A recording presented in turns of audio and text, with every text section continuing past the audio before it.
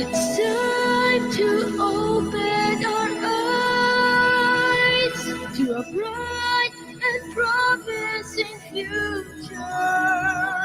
We'll rise to the call of the times and create a stronger tomorrow. Let's start to make a difference, teaching everyone to learn.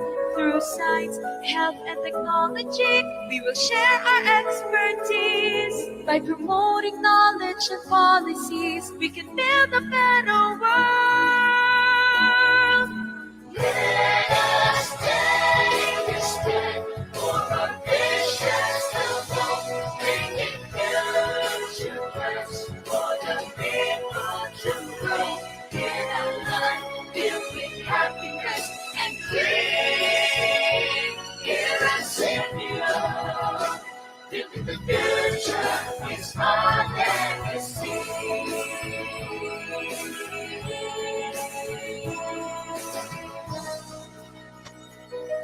We'll achieve our goals through partnership, creating opportunities.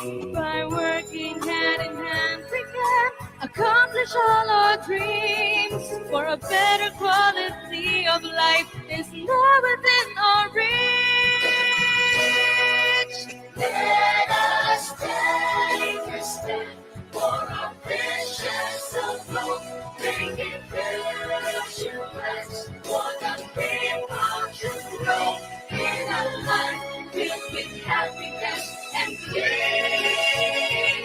Hear us, Savior, building the future is our legacy.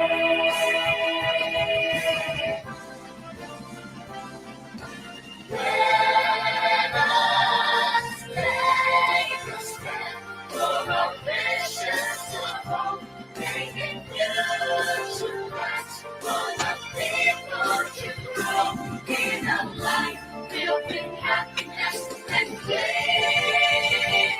Hear us, Savior, building the future is our legacy. Building the future is our legacy.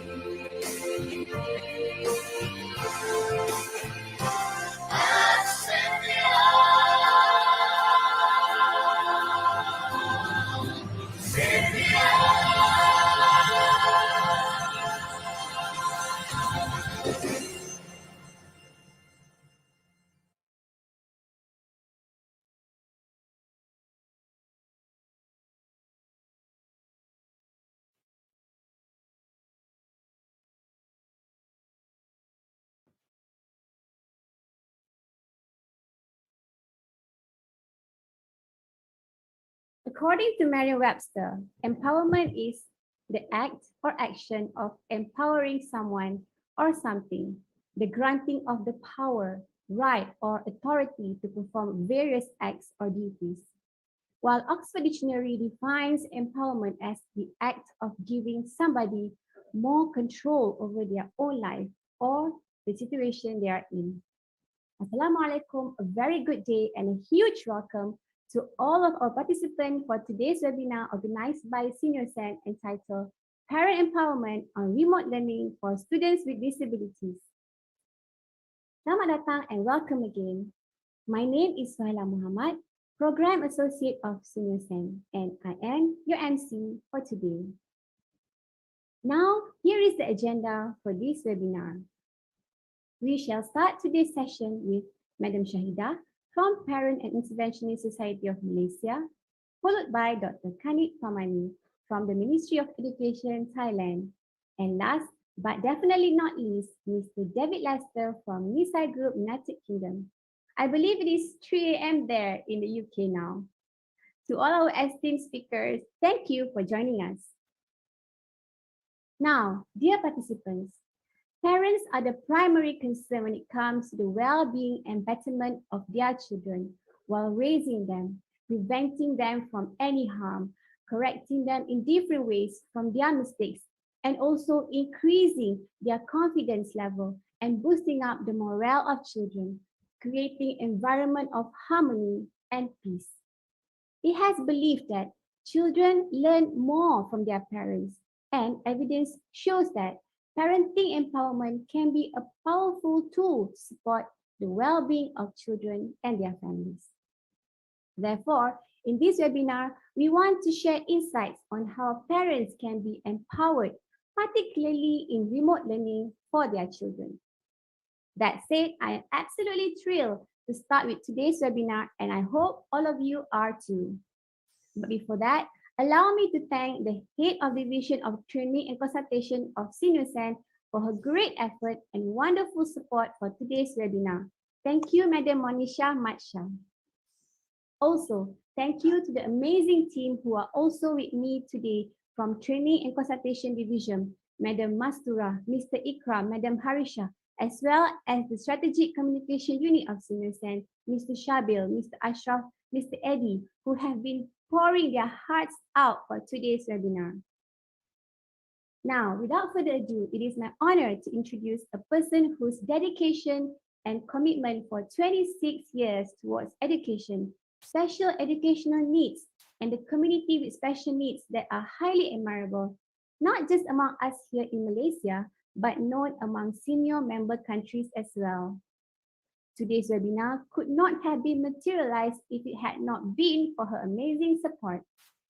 Ladies and gentlemen, it is my honor to welcome the Director of SeniorSen Malaysia, Dr. Hajah Hanani Harun Rasid, to deliver her welcoming remarks. Please give a huge round of a virtual applause for Dr. Hanani. Doctor, the floor is yours. Assalamualaikum and good day everyone. Thank you, Ms. MC, SeniorSen Organizing Committee.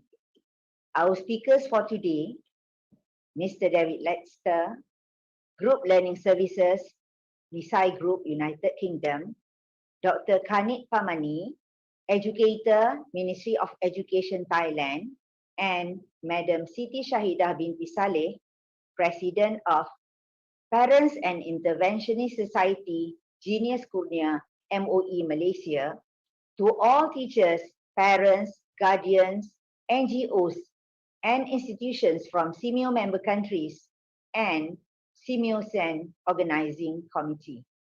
It is a great pleasure to welcome all of you to this webinar titled Parent Empowerment on Remote Learning for Students with Disabilities. I would like to congratulate each of you for your dedication and effort to join today's webinar. For your information, SeniorSen is committed in actively promoting teachers' capacity building, increasing awareness, and fostering collaborative efforts among countries, institutions, and non-profit organizations for the benefit of the special education community. We are also committed to empower parents of special educational needs students through trainings.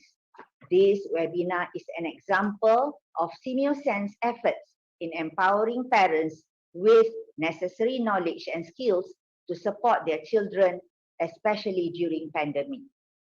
As we all know, the COVID-19 pandemic has affected the entire global population. The pandemic has caused school closures, physical distancing, and loss of familiar environments, which now we call a new normal. In this regard, the face-to-face learning process can no longer take place. Therefore, all schools have turned to home-based learning. Since home-based learning is performed remotely, parents are needed to play a significant role in supporting and supervising the learning process at home. However, school-based learning poses challenges to the parents as they need to take over the teacher's role at home. For example, for parents who are working from home and simultaneously taking responsibility in supervising their children's learning process, they are experiencing time constraints in balancing work and to supervise their children. The challenges are most significant among parents with children with disabilities which require constant supervision. In response, �𝐄𝐄 would like to initiate a platform for parents, teachers, guardians, NGOs, and institutions to discuss and gain knowledge regarding empowering remote learning for students with disabilities. Jim Rohn once said, don't let your learning lead to knowledge, lead your learning to action. I hope this webinar will help all parents, guardians, and teachers in making sure the children's learning process achieves its goals despite using the different approaches. Ladies and gentlemen, on this note, I would like to express our utmost appreciation to Nisai Group for their generous sponsorship of today's webinar. Nisai Group has initiated innovative education programs that provide a quality education for all levels of education. I would like to applaud their effort in promoting the inclusiveness of education.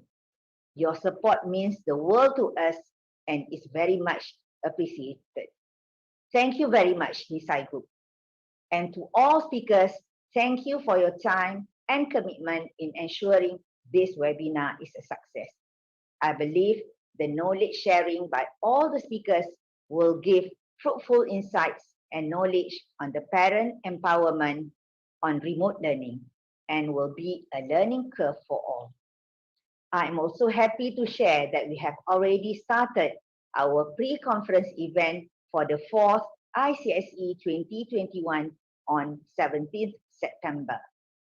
To those who already registered in our conference, feel free to browse through all contents and materials in the conference platform and get engaged with the presenters, exhibitors, and participants from all over the world. Thank you very much for your time and attention. I hope all of you will enjoy the session. Assalamualaikum. Waalaikumsalam. Thank you, Dr. Hanani, for your inspiring remarks. Loving the quote you shared, Doctor. Okay, now we shall proceed with the photo session. Let us capture these beautiful moments with all of you here today.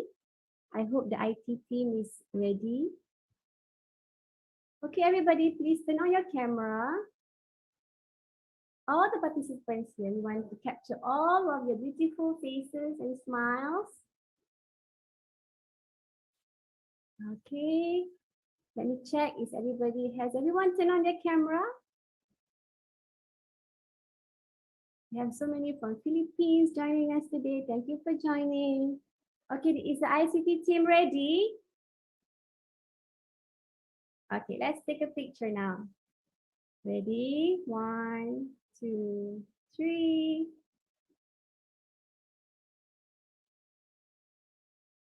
Okay, next one. One more time.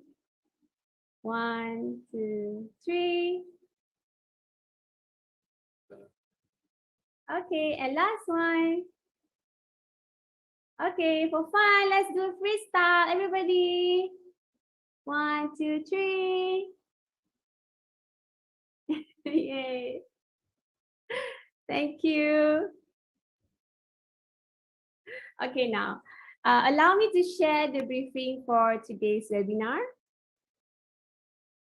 Okay, due to time limitations,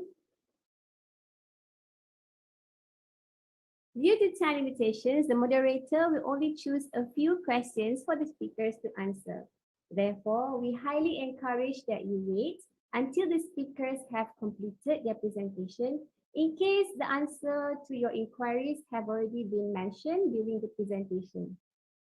In your question, please state your name, your institution or organization, who is the question addressed to, and followed by your question. For example, hi, my name is Suhaila from Sinisan, and I would like to ask Dr. Hanani a question.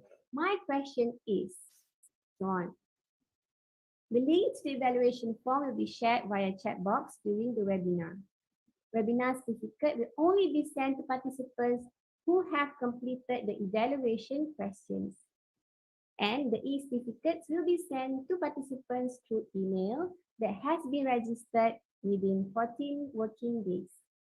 If you need further assistance, please email us at webinar@sinisan.org.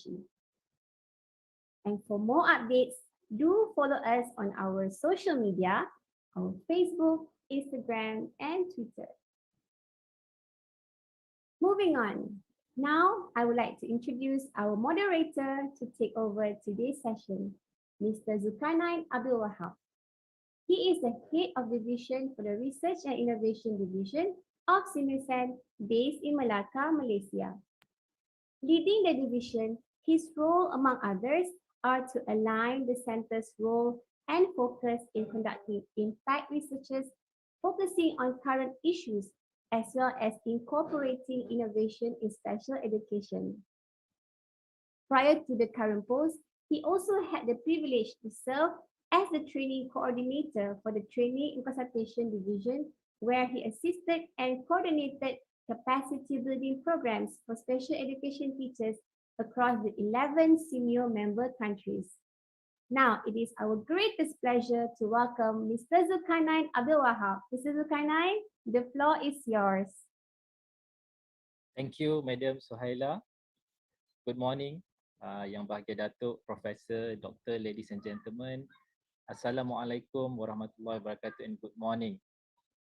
On behalf of Senior Regional Center for Special Educational Needs, SEMIOSEN, I would like to welcome all parents, educators, education officers, and stakeholders to our webinar with the title Parent Empowerment on Remote Learning for Students with Disabilities. My name is Zulkarnain and I will be the moderator for today's webinar. Selamat datang, welcome, Maligayang Pagating, Sawasdi, Chomrupso, Sebaidi, Sinchao, Minggalaba. As been mentioned by Dr. Hajah Hanani Harun Rasid, we are looking for means and ways to assist parents in assuming some of the role of teachers at home while balancing work and the responsibility for the education of their children. We are delighted and honored to have with us here today 3 esteemed speakers who will be sharing their insights on the topic. Allow me to introduce to the audience who are our speakers. Upon mentioning your name, may I invite our speakers to introduce yourself to our audience and share with us perhaps a bit of your work and where you are located. We will start with Puan Siti Syahidah Saleh. Puan Siti. Hi. Okay. Hi, Assalamualaikum and good morning. I hope everyone is in good health. Thanks to SEMIOSEN for having me right here. And just briefly about me, my name is Siti Syahidah binti Salih, you can call me Siti. I am from Shah Alam, Malaysia. And my son Ryan, I am Ryan mom, and I am the president of Parents and Intervention Society, also known as PB at Jenis Kurnia, which is Jenis Kurnia is an early intervention center for children with autism in Malaysia. My son is 7 years old, autistic child. He is partly verbal and currently still on therapy. Okay, thank you, Puan Siti Syahidah, for the introduction. Next, can we have Dr. Kanit Pamani to share a bit about yourself? Good morning. I am Kanit Pamani, now working at the Bureau of Special Education, Ministry of Education in Thailand. So firstly, I would like to thank Simil Sen for having me today for the pre-conference to share the experience and situation in Thailand. So in addition to working full-time, I also work with the NGO to support the student with disability in Thailand, in particular for those who have visual impairment. It's called the Christian Foundation for the Blind in Thailand. So I'm very happy to contribute to the webinar today, and hopefully I will learn from other speakers too. Thank you. Thank you, Dr. Kanit Pamani. May I now invite Mr. Lester. Mr. Lester? Good morning from the UK. My name is David Lester. I'm the Group Learning Services Director for Nisai. First, I'd like to thank Semio Sen for inviting myself to talk, but also for arranging this event and the wider conference. Nisai have been supporting learners with special education needs and disabilities now for over 25 years. That's both within the UK and across the region. And what is pleasing to me personally, as well as being here, is seeing this increased awareness of SEN in the wider ASEAN region. So it will be good to hear people's feedback over the course of this session. Thank you very much. Thank you, Mr. Lester, and thank you to all the three speakers. Moving on, allow me to share some reminders. Throughout the presentation, may I kindly remind that and request for only the invited speakers to turn on their microphone when presenting. We also would like to request for the audience who are currently logged on with us in Zoom to ensure your microphone is turned mute to avoid audio disruptions such as echoes and feedbacks which may interrupt the session. Thank you for your kind understanding. Audience may type your question in the chat box. Please also mention to who the question is addressed for, and our committee will identify burning question and we will share with the questions in the Q&A session later. We are fortunate to have with us here today our panel speakers which have briefly introduced themselves earlier. Our speakers are currently not only logged on from Malaysia but also from different time zones. We have Puan Siti from Malaysia, Dr. Kanit from Bangkok, Thailand, and Mr. Lester is currently in the UK, logged on at 3 o'clock in the morning. Thank you, sir. Okay, without further ado, let us move on to the main agenda. Allow me to briefly share the background of our first guest. Puan Siti Shahidah Saleh holds a bachelor degree in public relations. She is a businesswoman and currently the president of PIBI, Parents and Interventionist Society at Genius Kunia, which is a center of early intervention in Kuala Lumpur, Malaysia. She is very active in public sharing regarding parental empowerment in autism and does charitable work around the country. She is also a mother to a child with autism. We will hear more about Puan Siti Shahidah and her son in a bit. Okay, Puan Siti Shahidah, when did you learn about your child's, perhaps you can share a bit about your background, your work, perhaps a bit about your family, and how do you came about to know about your son's condition? Please. Okay, hi. Well, I am full-time business. I'm doing business, and about my family, I'm a single mother. I'm currently staying with my mom, and I have two children. One Ryan, which is he is autism now, 7 years old, and the other kids is Aiden, 5 years old right now. So when I did find out about Ryan being diagnosed as autism, right? Okay, well, it started when I bring Ryan to a pediatrician for a regular checkup, And at that time, Ryan is watching YouTube.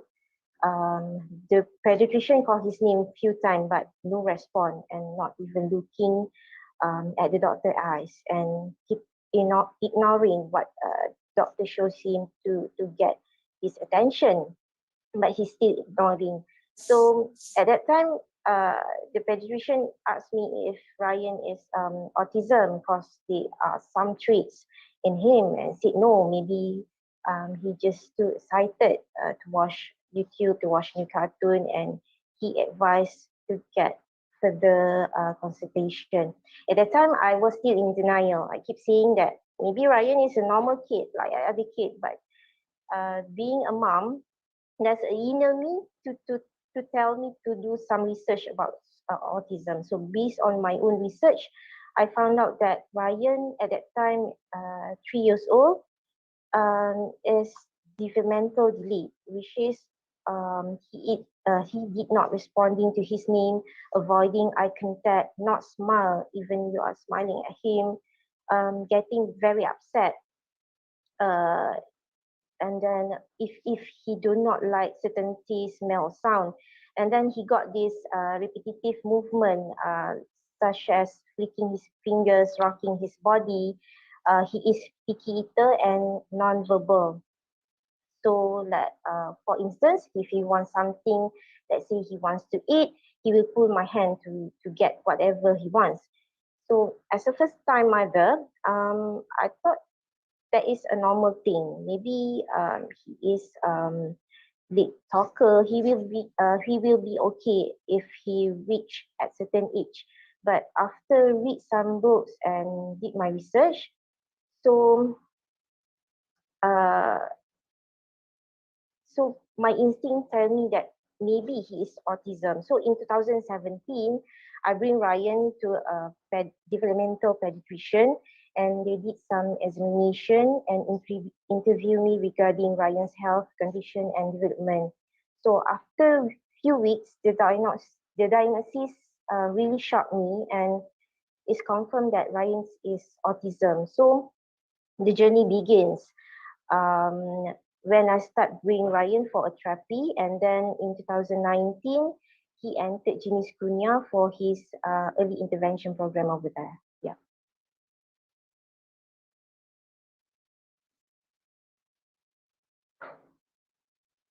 Yeah, that's all.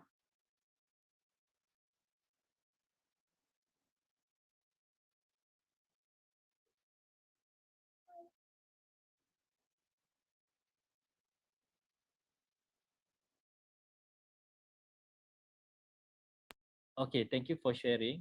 Apologies for the mute. Okay, uh, from the moment you notice that Ryan has been diagnosed with autism spectrum disorder, uh, what changes? What are the family acceptance and during that moment, and how about now? So can you share a bit how the acceptance from the family, from the friends, and also from your neighbors? Do they treat Ryan still the same way before and now? Please.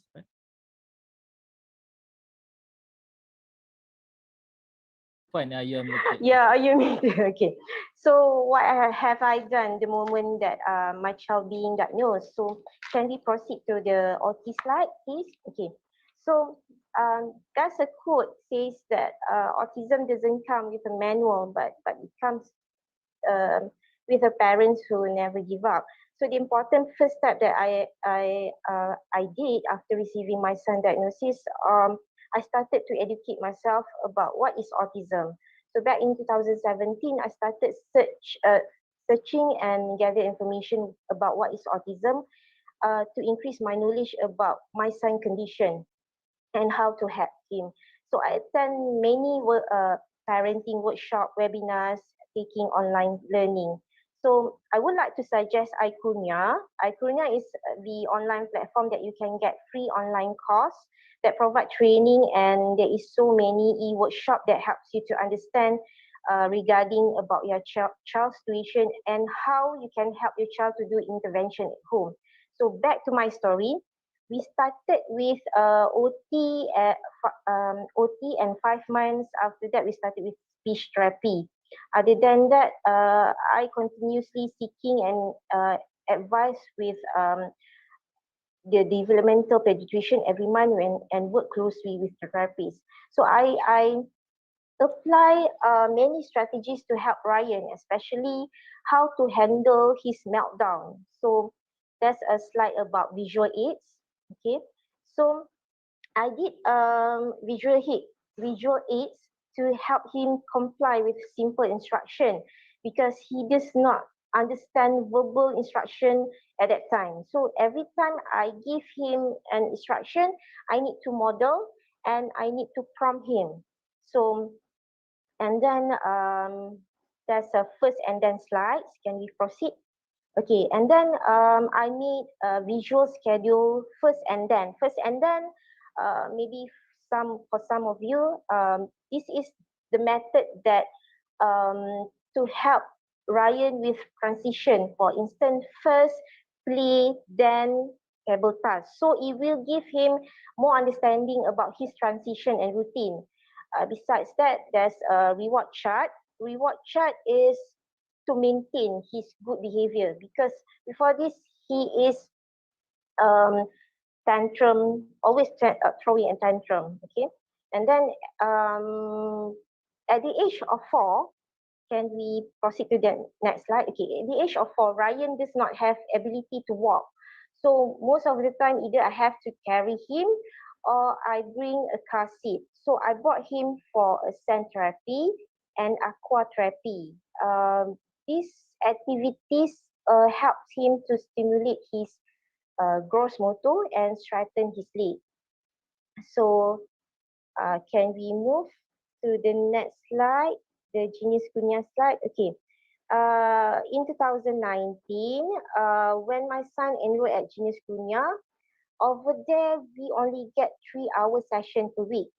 So the rest of the week I need to work on stimulation activity session at home. So to make sure that he is continuously get the input of the therapy. So with the advice of the interventionist, we work together to build strategies to help Ryan in his daily routine, communication, behavior, and sensory. And that's a PACS slide. So PACS is an aid for Ryan to communicate.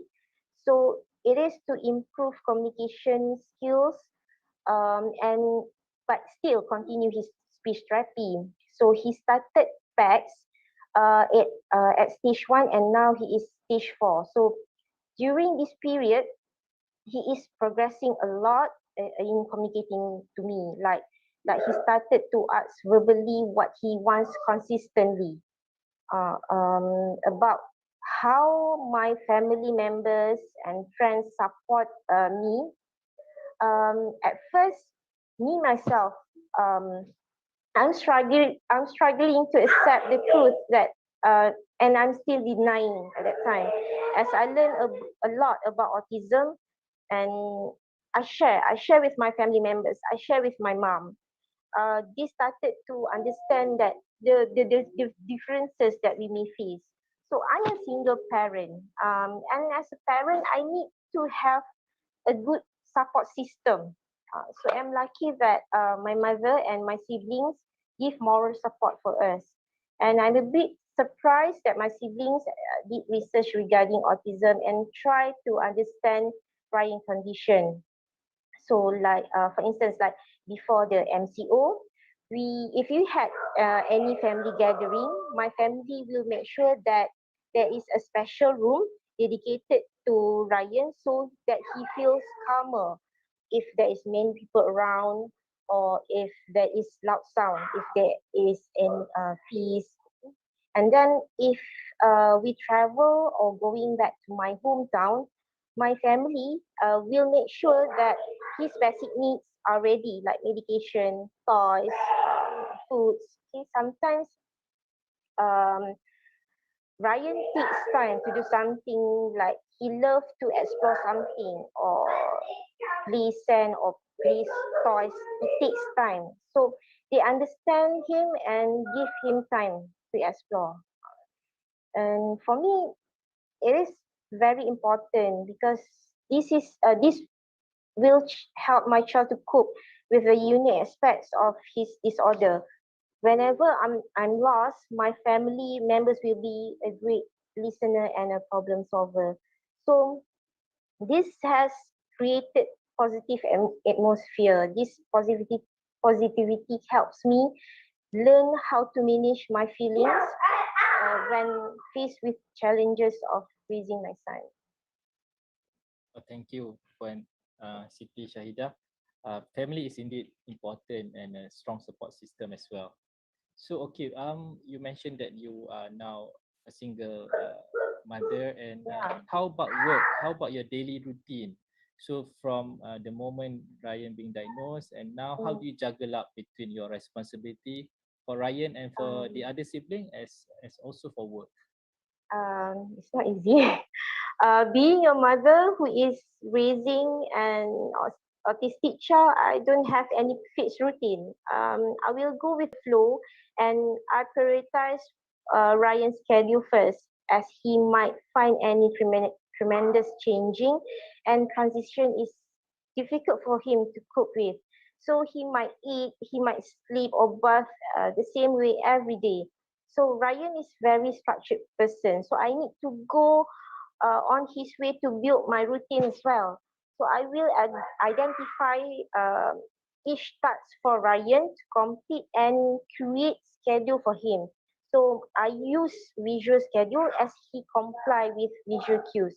So usually my daily routine during the lockdown is we start with breakfast, and after that we will have our morning walk within the neighborhood early in the morning at 6:30 or 7 in the morning, because at that time there are not so many people around, and we try to avoid any transmission of the viruses. And I have to remind my child that to avoid touch any surface in the public, so and then clean hands after any activities. So other than that, he loved to cycle inside the compound for about 30 minutes. So these activities will help him to feel calm and focus when doing his table tasks. So these activities, the physical activities, is very important to me to make sure that he is calm for the rest of the day. So let's say if I have a meeting and other obligation, I will give him a free time activity. Ryan's love to the coloring activity. So it's like a stress relief activity for him. So whenever I need to attend my job, so I will give him a free playtime, which is coloring worksheet. The good thing about coloring is he managed to improve pencil grip and coloring skill, as we know that the kids needs to color between the lines and follow the right color. So can we proceed to the free time activity coloring slide? That's a slide. Can we proceed?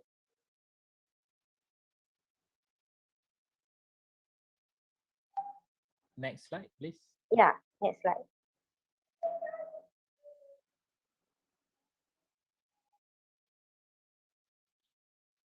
Is there okay. As you can see, this is the first picture before I introduce him how to color. As you can see, he just scribble without color in lines, and then he just use whatever color that he likes.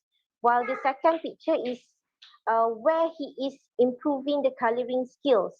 This is last year, and then he used the right color for the picture, and he practiced every day as a free time activity, and luckily he gets the first place in coloring contest. So this is something value added for Ryan. So I just support him whatever his interest, and just give him endless support. So usually after completing my work tasks, lunch, and pray, so that the evening I will get back to them to do some obstacle course, water play, or helps Ryan to complete worksheet or schoolwork. Yeah, that's all. Okay, thank you, Puan Siti again. Of course, with all the routines, with all the step by step that you need to do with Ryan, there comes challenges. What are the most challenging, moment that you face with Ryan, with your son? Can you share with us? The most challenges, well, as we know, autism spectrum disorder refers to a set of related condition that affect social interaction, communication, and behavior. So the impact can range from mild to severe. So in my case, the severe impact appears in early childhood, that is before Ryan get his early intervention, which is the challenging behavior comes from his sensory overloading. So I remember when he unable to cope when I bring him for one event that has loud sound and bright lights, he started to cry nonstop and cover his ears. So he started to kick me and roll on the floor where many I sees him in a weird face. So I tried to comfort him and managed to bring him out from the place and try to comfort him in the car. But one more time, he started to kick me and it gave me difficulty to handle him, and he was having a meltdown for almost an hour. So that's the most challenging situation that I ever faced with Ryan. Same goes when I bring Ryan to shopping mall where he can tolerate with loud music and people around. He will started throwing a tantrum for this. So from that time, I never bring him to a shopping mall until we start the early intervention and he can blend the environment that he is in. So I use positive behavioral support to handle Ryan to help him in his struggle environment and with social story to help Ryan better understanding what he will be faced throughout the day. And then the challenges part, I believe that many of special needs parents face is picky eater, um, picky eater as one of the autism traits, right? So for Ryan, he avoids any soft texture food um, and rice. So he rejected more food at the beginning and eats specific texture or flavor. He eats only the foods that are similar and not more 5 types of food. So can you imagine that? So what I did is I offer him a small bite or taste, but need to consistent and repetitively. And then, for example, Ryan do not like bread at first. So what I did is I toast them because Ryan loved the crunchy texture. So for Ryan, he totally rejects rice and protein like chicken. So what I do is I blend it and mix it together to make chicken nuggets, and he can accept the texture. Just find out whatever texture that your son like to eat, then we may like change to the different types of food. Until now, Ryan is still struggling to eat some types of texture and taste, but I am thankful because now he eats wider range of foods than before. So now, for example, he eats noodles, pasta, pizza, cookies, cakes, but he still reject the soft texture. So that's the challenges think about Ryan now. So for fruits, I change the texture to like smoothies or ice lolly. For vegetables, I just blend carrot or mix it with the other fruits. So for me, we need to be extra creative and fun in order to feed picky eater and don't give up. If he wants to eat um, sometimes he wants to eat the same food for entire week, as long as he is in the good health. So that's fine. Mhm. Really an eye opener. Okay. How I mean we are now having the lockdown with the pandemic. How does Ryan adapt to the current situation, and perhaps the challenges you face during the lockdown, not being able to go out for the Mm. support session? Maybe you could share with us a bit. Challenges I face during the remote learning, right? Yes, during Uh-huh. pandemic, yeah, remote learning. Okay, can we move to social story slides? Okay, during the pandemic, it's hard to get Ryan wear his face mask, understanding the social distance, and of course, to understand why he needs to distant learning, why he have to stay away from school and learn at home. So this is the new norms for the education system and for the student with special needs. Remote learning present unique challenges. So starting last year, for remote learning, Ryan got trouble to adapt in learning in different ways. He got disrupted with the new educational routine and also home routine, which means he is confused. Which one is a task and which one is a normal routine at home? So I made him a social story to explain why we have to stay at home.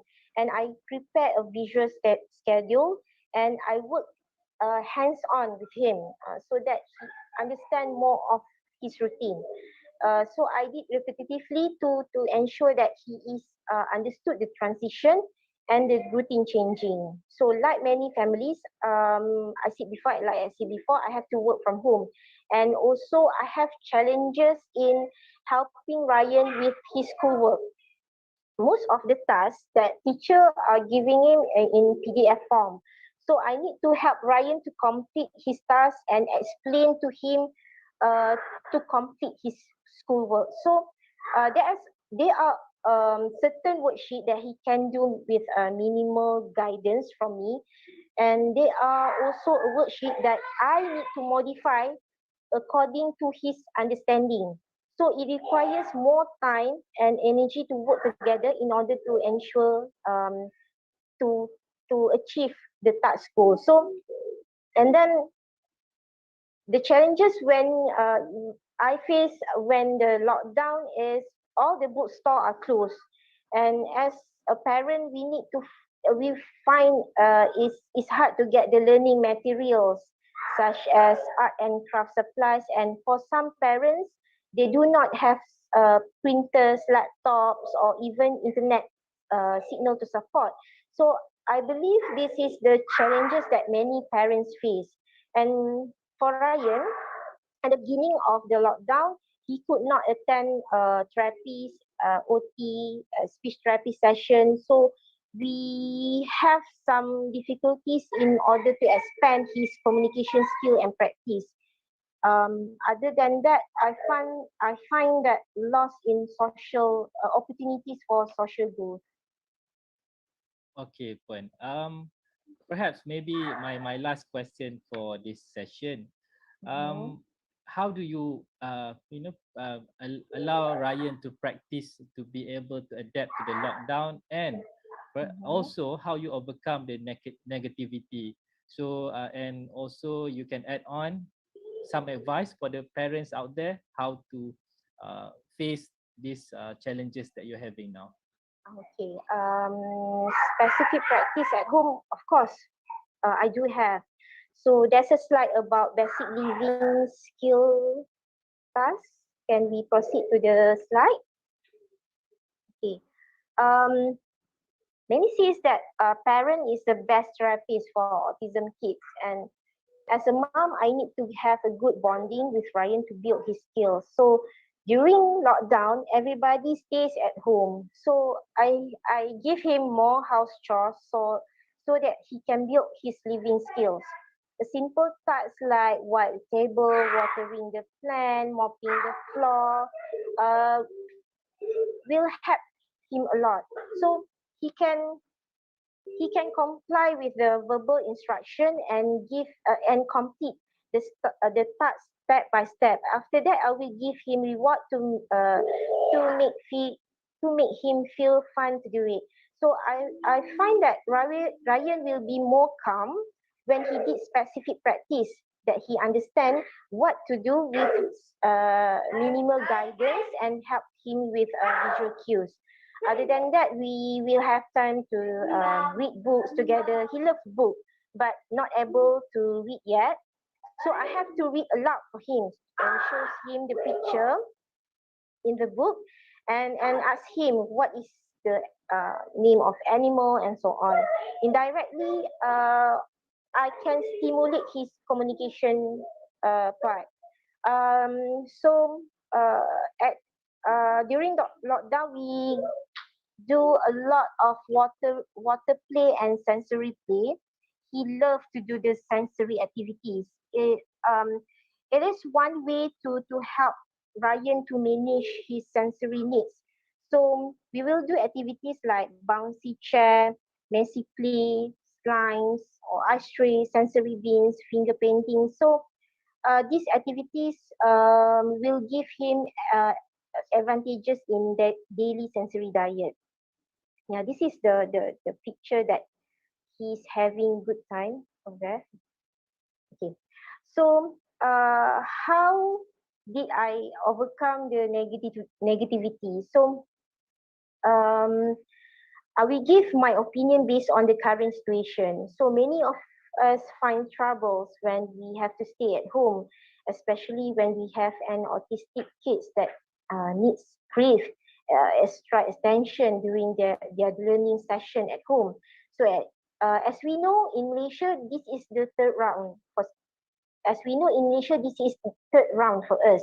I know that people are feeling scared, people are feeling trapped, and they may project their anger towards the loved one because they do not how to cope with the anger and confusion. Some of us may be dealing with hyperactive child, and some of us are struggling with never-ending workloads. For me, is an overwhelming situation for us. Unlike before the lockdown, we can go to travel or hanging around with friends to release our tension. But now the current situation, it is limited to do it. So for myself, I find someone or circle that is the same shoe with us. So that understand our journey. So that we can share experience, we can share journey, we can share our knowledge together, and of course sharing our problems. And I have my own circles with other mummies, and we share learning materials and activities for our kids to do at home. So and then attending any webinars also help us to boost our spirit in helping our child. So there is so many free webinars that are giving knowledge about autism and parenting webinars. So some of the parents out there may be still in denial and shame about what others think about autism. So my advice is just ignore about it, and just ignore what other people thinks about us, or talk bad perspective about our child. So for instance, before this, there's some relative asking me why Ryan can't talk, why he can't listen properly to the instruction. So as a parent, we just ignore it. Only we as a parent, we know the ability of our child is. So just give them and the support. So my advice is just take care of your mental health. It important to um, it is important to engage in self-care like mindfulness or yoga. Take a me time. Take like going for a walk, take a bath, read a book, watch a Netflix. So to help you to feel good. Yeah. Okay, thank you, Puan Shahida. We have learned a lot about the ups and downs raising a child with autism. I'm sure some of our audience also can relate Puan Shahida sharing with your own story. However, Puan Siti Shahidah determination is something to be applauded for. Congratulations, Mom, and congratulations, Ryan. Okay, let's now move on. May I introduce our second speaker, Dr. Kanit Pamani. Dr. Kanit currently works at the Bureau of Special Education, Ministry of Education, Thailand. He has earned a uh, a doctorate in education, leadership, and social justice, focusing on special education and transition services at California State University, Los Angeles. In addition to his permanent job, Dr. Kanit also works part-time as a college instructor and often being invited to be a guest speaker for national and international workshops. He also participated in a number of research projects and contribute to the activities for several non-profit organizations. May I now invite Dr. Kanit Pamani to deliver your presentation. You have 20 minutes. The floor is yours, Dr. Kanit, please. Thank you. Thank you. Again, good morning from Bangkok, Thailand. So thank you for having me today. And from the previous speakers, so I would say like Russian, he's very lucky, very, very lucky because, you know, he has the super great mom. I would say that at least as the person with disability myself. So I acknowledge, you know, the energies and devotions of the parent that they support their kids. So, and again, she is, I think, one of the best mom that, you know, her works and experience will be great benefits for other parents or even teacher who will be helping or supporting or teaching a student with disability, as well as, you know, encouraging the parent or working with the parent and let them know, you know, how to support and help the kid with disabilities, not just autistic kids, but also, you know, any kind of kid with disability. So parent is very important part of, you know, helping students with disability being successful in their life, right? So, well, to myself, you know, I think that my talk will focus on the situations of COVID-19 pandemic, and the thing is how, you know, parent can support their kids in the remote learning modes. And, you know, particularly in Thailand, I will give some example in my country, Thailand, as a person working in the Ministry of Education.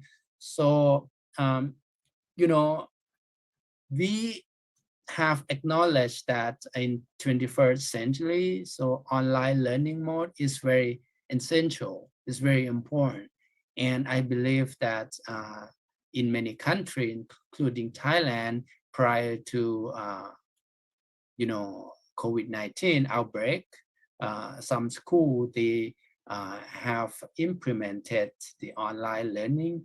So, but unfortunately, for the special education centers or residential school for students with disability in Thailand, we didn't prepare, you know, for the unexpected situation like this. So even one of my colleagues, she have proposed the, we call MLS, right? So the management learning system, online learning system. She wants, you know, our school for students with disability to have some kind of system like that.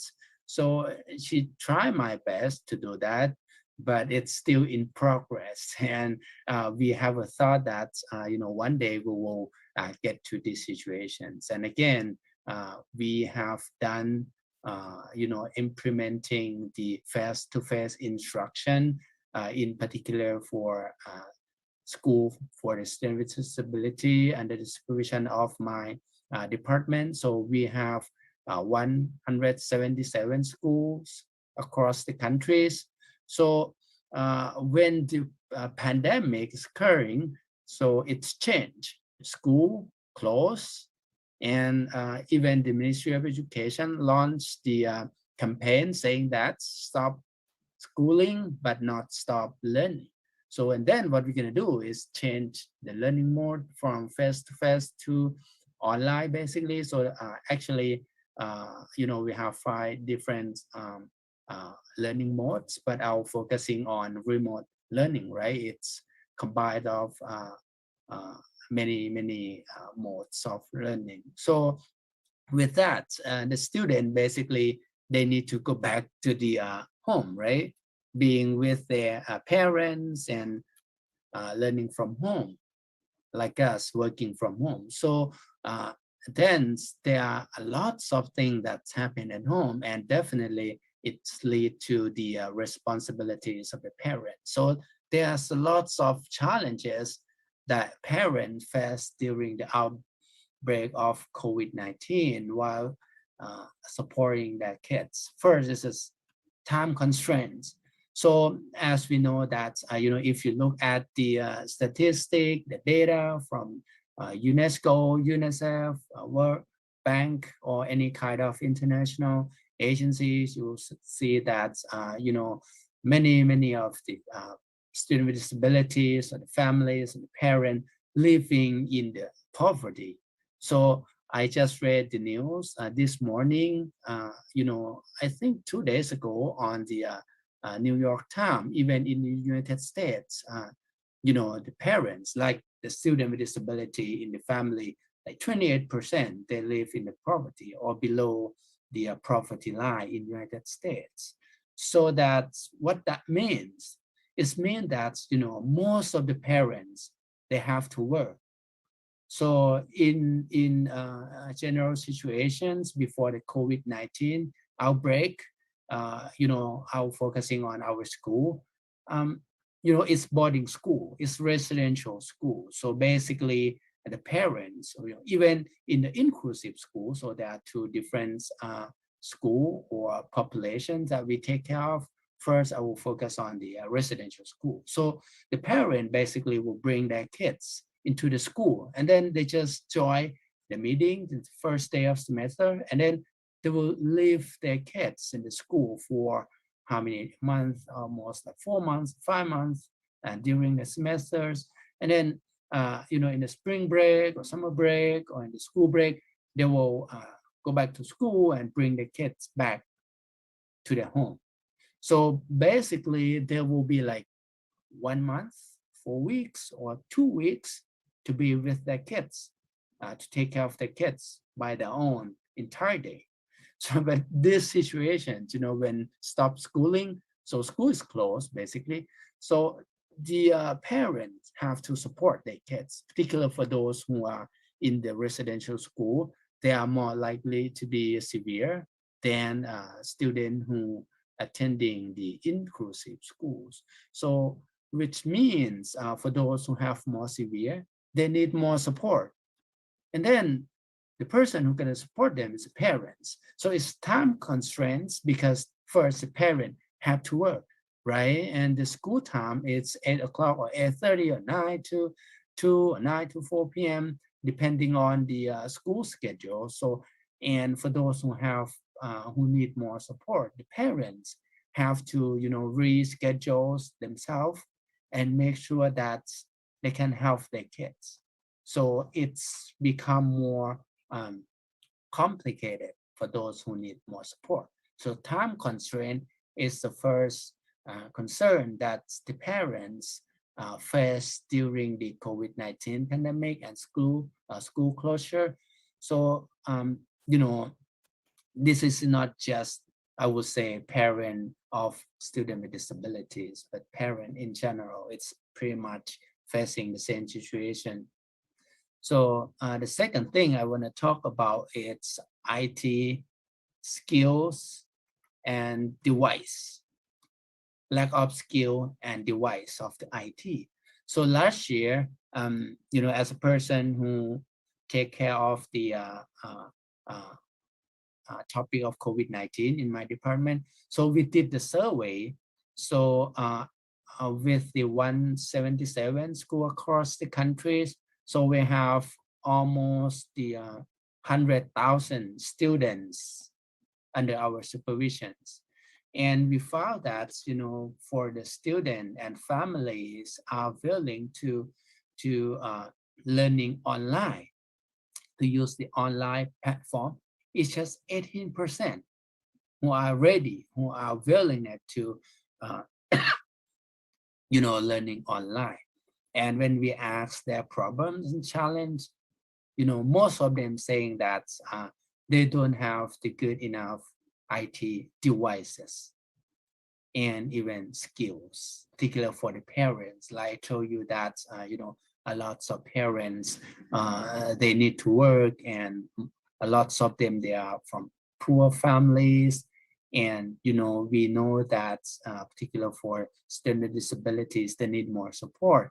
And the parent will take the essential roles. At least they need to have the IT skills, at least to help the kids, to troubleshoot any problems occur when they are learning online using IT devices. So in terms of lacking IT skills, IT devices, also another issue that many parents and students have been facing during almost a couple years. And together with the poor and no internet connection. So, well, I, I, I don't know for sure why, most of the residential school or boarding school for students with disabilities, they are in the other provinces, located in the rural area. Probably they might be thinking that, for those who are be able to access to the inclusive education, it's good for them. So they have ability to take care of themselves. So residential school or boarding school might be good for those who are unable to access to the inclusive school. So that, many families or even the students, they have no access to the internet connections or poor internet signal. So, if you matching together, like having, I don't want to say bad, but it's not good enough, the IT devices plus poor internet connection, what can happen? So this is not just the student, like say, parent who gonna take care of or give support to the student. So it's very challenging for the student and parents. Extended and big families. So we would know that, most of the Asian countries, particularly in Thailand. So, I think more than 60% of Thai families, they are the big or extended family. Is it good? Yeah, well, there is a good and positive and negative in terms of being extended or big family. We will see that, there are more people taking care of the student with disability when they need to stay home, learning from home. But the thing is that, being the extended family or big family, meaning that there are many kids in the family. So some of them are disabled, some of them are regular kids. So they need their space, right? So to learn online, so the student, the parents, not only just to have the IT device, they do need space to be able to, fully concentrate on the online courses or teaching. So being extended or living in an extended big family, it's good to have more people to support the kid, but it's bad too. It's negative that the kids have not enough space and good environment to focusing on online learning. Inadequate knowledge in special education. This is one of the challenge of the parents that I say that, Lajin is very lucky that his mom is very dedicated to do the research, but most of the families, lots of the parents, they have not been able to access to the knowledge, to the training, webinar, online seminar or online courses that can, improve their knowledge and skill in special education. So a couple of weeks ago, I saw on the social media, in Thailand, the kids, it's a typical kids, but he expressed his feeling like, well, it's very totally different, learning with the parents and learning with the teachers, because teacher, they have the teaching techniques, strategies to engage, to help the student motivating to the learning activities, right? They will say something nicely, or they have their own techniques. But the parent, even we know that they love their kids, they want the kids to learn, but the techniques and the way that they support or encourage their kid is different. And a lot of time, because like time constraints and other thing that I didn't mention on my slide is the anxiety. So because a lot of parents is not only just working from home, but they also lose their job. So when they lose their job, it's become the mental problem, so anxiety. So when they get anxiety, so it's kind of like, it's not just they don't have enough knowledge and skills in special education, but plus when they lose the job, and then they get anxiety. So the feeling or expression that's impacted to the kid is a little bit or more likely to be negative. So, and plus attitudes. I found on my research a few years ago when I did my PhD, and I interviewed the parents, and I found that there are too many types of parents. One is that they have negative attitude toward their kids.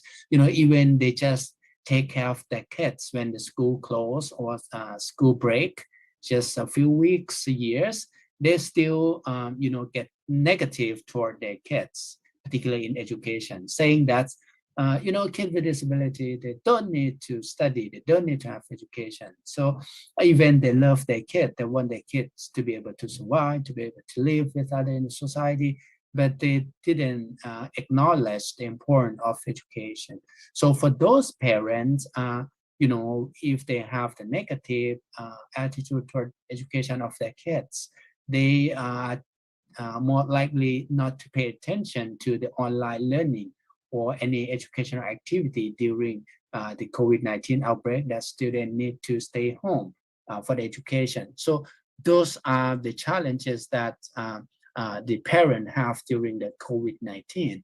And also, when they don't have the good knowledge in special education, or have negative attitude toward their kids or education of their kids with disabilities, and it's leading toward lack of facilitating skills. So as we know that kids with disabilities, they have individual needs, right? Because special educational needs, students have their needs, their preference, characteristics. For those who are autism, the kid with autism, they may need more attentions.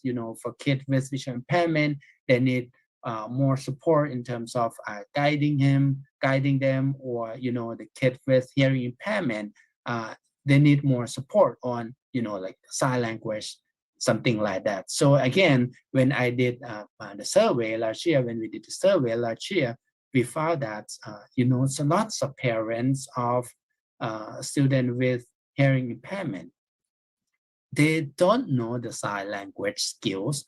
They knew a little bit, but it's not enough to support their kids. We have the online learning modes like online and on air. We call the LTV, the distant learning TV. So it's broadcasting entire day. So basically, for the kid with hearing impairment, they can join the online, they can join the LTV.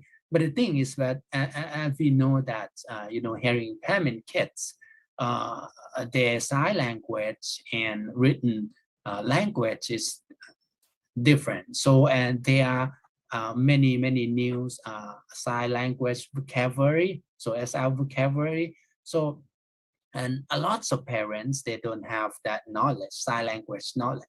They cannot support their children while learning online. So those are, it's not all of the challenges, but this is part of the challenges that we found during the school closure and during the outbreak of the COVID-19. So, and then, what we have done on behalf of the Ministry of Education. So next slide, please. As the level of Ministry of Education and my department, the Bureau of Special Education, what we have done. So this is the policy. The first one is a policy of the Ministry of Education. Thailand, they offer the 5 different learning modes. We call online, on air, on hand, on demand, on site. On site is a face-to-face instruction. So we can do in some locations because when we categorize the area, based on the outbreak of COVID-19, so we categorize at the severity of the outbreak. So basically, we have 4 or 5 different severity. So for the area that's less outbreak, so the school can run on site. So meaning that the student can go to school and study at a regular mode. So, but for school that located in the red zone or dark red zone area, so we need to do the alternative modes like online, on air, on hand, on demand. So Dr. basically, Kani, sorry to interrupt. You have 3 more minutes, Dr. Kani. Oh, this is just for this section or for 20 minutes, right? So yeah, almost... so we only left about 3 minutes. Okay, so yeah, and we have a different thing to support, like often of 5 different methods, and set up the model is called sandbox safety in school to make sure that students are safe if they have to do on site. And we work with the Ministry of Digital Economy to offer the IT device and SIM card. So again, we work with the Ministry of Public Health to make sure that the student parent get the vaccine so that they are safe. So next slide, please. This is how we're gonna support or fulfill the gaps for the remote learning. Set up the small group of the parent. This is very important and very effective. So, the teacher, they usually set up the small group for the parent using the social media, like Live, Facebook, Messenger, any social media that's it's good for the parents. And then they can close monitoring for, the student progress, and offer the alternative learning schedule for the parents, to avoid time constraints. So a lot of teachers, they do the evening teaching sessions to support the parents who have to work in the daytime. And again, using social media for daily communication is very also effective and good for the parent. Using online platform for screening and evaluation. So basically, teachers and parents, they use the online platform on social media for communications and teachings and delivering the learning material. And one of the best thing that we did is, home visit. So we schedule the home visit, and then we can, provide a technical support for those who have severe disability. And next slide, please. This is a recommendation for change. One of the most very important thing is to endorse the UDL principle in the online learning platform. So otherwise, people with disability or students with disability are not be able to fully benefit from the online learning platform. For the Ministry of Education, they have to provide the emergency plan for the unexpected situation. And one more thing I want to add, the self-paced learning platform for the parents, at least they will go to learn by themselves to make sure that they have enough knowledge and skill to take care of the kids in unprecedented time. And most importantly is for the parents, they need to acknowledge their roles and responsibilities, because as a parent, they need to do their own job to support their kids. And whatever, even in the regular situations or unprecedented time. So it's their job, responsibility, and roles to take care of the kids. So they need to acknowledge and do their job. Okay, yeah, thank you. Thank you very much, Dr. Kanit. So Dr. Kanit shared a range of challenges faced by parents, and I'm sure all of us share the same concern and also the challenges being mentioned. And Dr. Kanit also shared the perspective from parents, families, external support, about knowledge and skills, education providers, as well as the importance of inclusive setup and the actions being taken by Ministry of Education Thailand to address these issues. Thank you, Dr. Kanit. Last but not least, may I now introduce our final speaker and the highlights for today's webinar, Mr. David Lester. Mr. David Lester has worked in the wider service sector for nearly 30 years, with the last 12 years focusing on education and supporting schools, government, teams, and parents internationally. In his 9th year at Nisai and as a Group Learning Service Director, Mr. Lester brings a wealth of knowledge and experience of the challenges facing the UK and international education and SEN sector. A key driver is providing strategies to support those learners who fall into the 4Ds.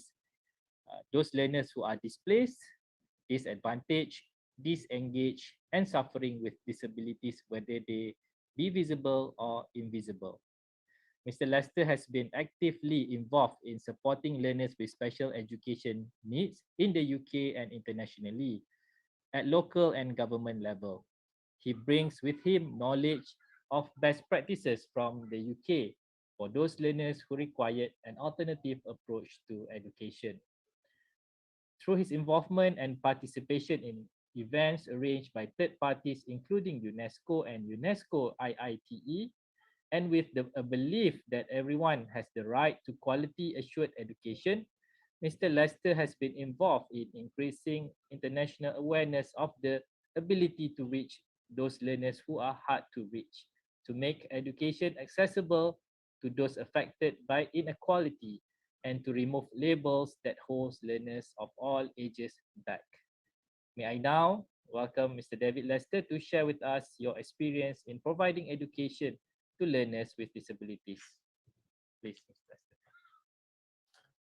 Hi, and thank you for the introduction. I think for me, the last two speakers actually have been incredibly informative, especially hearing about Ryan and the support that he gets. So I've taken a lot from that, and hopefully I can add to that. So if we can start sharing. So as the introduction just said, my name is David Lester, I'm Group Learning Services Director for Nisai. I'm based in the UK, although we have representation in the region, and a number of colleagues who are joining us today in this session. What I'd like to do is give a bit of context behind Nisai, the reason we're here today, look more at empowering parents of children with special education needs and disability, and then just cover off how we do it as an organisation. So if we can go to the next slide, please. So Nisai have worked in the field of online education for 25 years, whilst in the last 18, 19 months with COVID, the awareness and acceptance of online learning has become far greater. It's something which we've been doing for a while, and we have understood the benefits of how online, when delivered in the right way, can engage those learners, children, young people and adults with special education needs. Our focus is very much on inclusivity and pathways, so not just looking at the here and now, but understanding where education and student aspirations can take them and progress onto.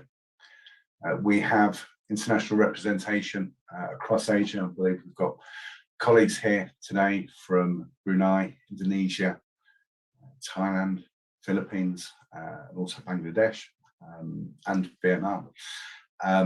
But then representation extends across Middle East and North Africa as well as Europe, with our main base in the UK. Our partnerships and a lot of the work which we've been doing over the last 18 months in particular have been with organisations including UNESCO. We are in the fortunate position, a unique position of being an online provider that is approved by the UK Department of Education, which in one way is great, but we also know that we need that local knowledge, and that's where we work with local partners internationally. We are a centre of excellence for the inclusion quality mark, and inclusivity is key to the success of Nisai, but also key to the progression and development of our learners. Our classes are some of the most inclusive anywhere in the world, and we've seen growth based on longevity, consistency and sustainability. The key to what we do is the fact that whilst we talk about online learning, we're not a technology company who's trying to educate. We're an education company who uses technology to make education more accessible. Next slide, please. So there is an overriding belief that everyone has equal value and should have access to high quality education around the world. We've heard the story about Ryan this morning, and autism shouldn't be a reason why a child shouldn't be educated. Quite often we just need a different way of approaching this, and this is something which we have worked on extensively, and as well as those disabilities that you potentially can't see, we also work very much with those who have physical disability as well. Next slide, please.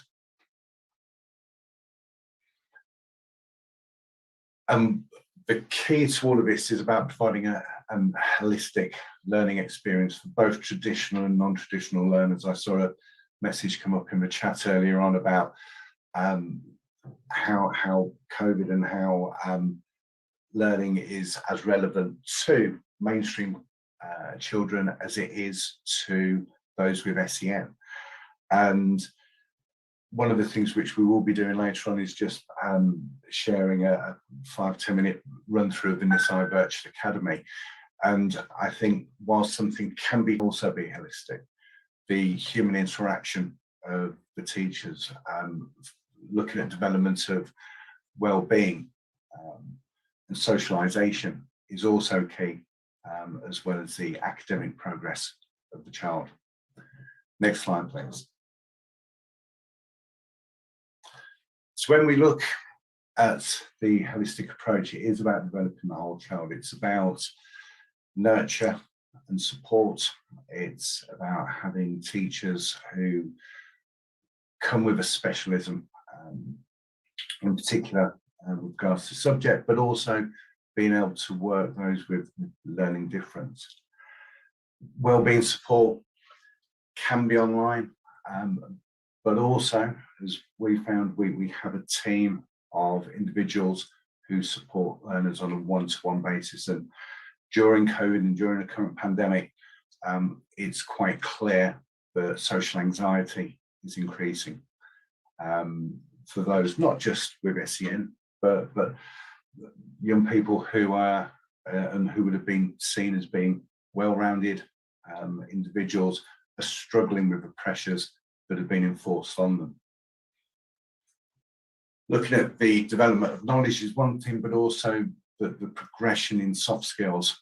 And our experience and learners who we've worked with come to us quite often with a broken and checkered education background. They've maybe been in education or come out of it.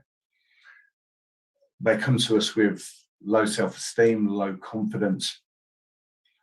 And for us to ensure engagement and ensure access to education, actually sometimes we need to work on the soft skills before we introduce the academic element.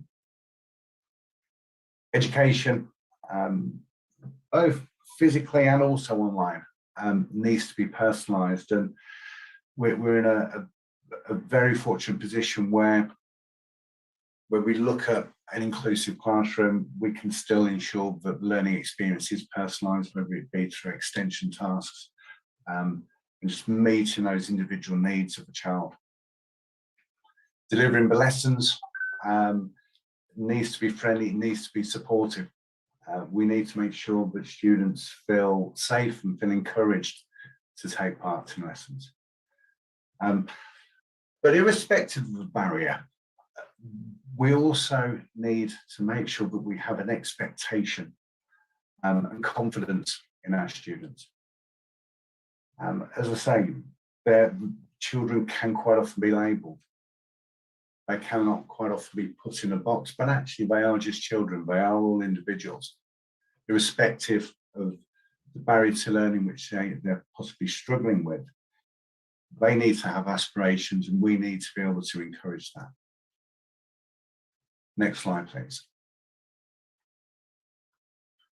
So we support learning through innovative education that is accessible and affordable.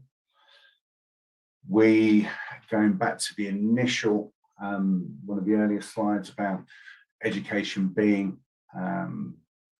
accessible and everyone having equal value, a background shouldn't be a blocker to be able to access education and quality assured education at that.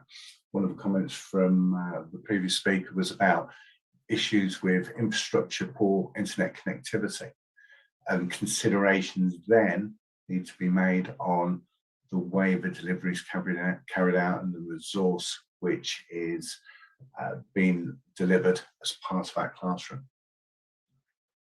Next slide, please. So many the people who are attending today will know this, but just to cover it off, what are special education needs? It's where a child or a young person has a special education need and disability, if they have learning difficulty or a disability that means they need special health and education support. Next slide, please. Our experience has covered teaching learners from various different backgrounds, whether we're looking at those with autism, Asperger's, attention deficit. Process delay is something which is becoming more and more common, and we have adapted our delivery method so that it can allow for that. So as well as live sessions where students are in classes with their peers, there are also recordings that they can then go back to and recap and review the lesson as it was taught.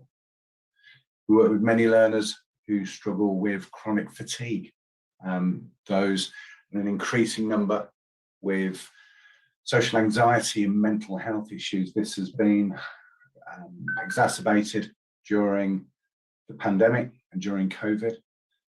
We are finding many different types of mental health that's coming through. One of the challenges that we've had over in Europe, and that it's been seen over in other countries, including North America, Australia, challenges with the weather, climate change. And in the last couple of months, we are seeing young people being referred to us who have a phobia of weather. And that is then coming down to looking at consequences. And this then means that they will be worried about leaving the home, will be worried about accessing education. So we have a way of working with parents and with schools to be able to make this education accessible to them, but also those with physical disability as well, whether it be hearing impairments. And we have worked closely with an organisation called �𝐄𝐄 Learning in Indonesia, who support learners with hearing impairment, but also additional needs as well. Next slide, please. So we see the challenges that are faced relating to special needs students and the arguments of inclusion versus isolation. I've talked about our inclusive classes, where many of our learners will possibly struggle with the mainstream environment. They then become isolated, and with local lockdowns, we've seen challenges of children not being able to get out. Identifying consistent and proven solutions to engage hard to reach learners is also difficult, especially when we're looking at learners in possibly more remote areas rather than urban and city centres. Identifying teachers who have the specialism and have the skills to support children with SEN. Specialised services to meet specific needs. I remember speaking to a senior leader in a school once who said, well, why don't you take all your autistic learners and put them all in one class? Surely that makes it easier. I had to explain that you can get a group of children who have all got autism, but they're still individuals. They will still have individual needs. Promoting and embracing neurodiversity, and the difficulty of identifying organisations to support a whole child approach, rather than just focusing either on the wellbeing or the academic. They should go hand in hand. Identifying organisations with a track record. We've heard about knowledge of parents and being able to provide knowledge so that they know what decisions they can make, but also identifying a consistent solution, whether it be, as I say, an education that is accessed from a city or a rural area. Next slide, please. So what is empowerment? We've heard one definition of it. At a basic level, the term empowerment simply means becoming more powerful. Personal empowerment, therefore, means taking control of the situation and not allowing others to control it for you. And I think what we found from the first speaker is, with that knowledge, you can take control, help to develop your child. It was an incredibly inspiring story. Next slide, please. So what's needed to empower parents? A specific goal is always going to be key, whether that be education in the home, education in a physical school setting, increasing knowledge, understanding what's available, what the challenges are, and what the barriers or the obstacles are that might stop that access to education.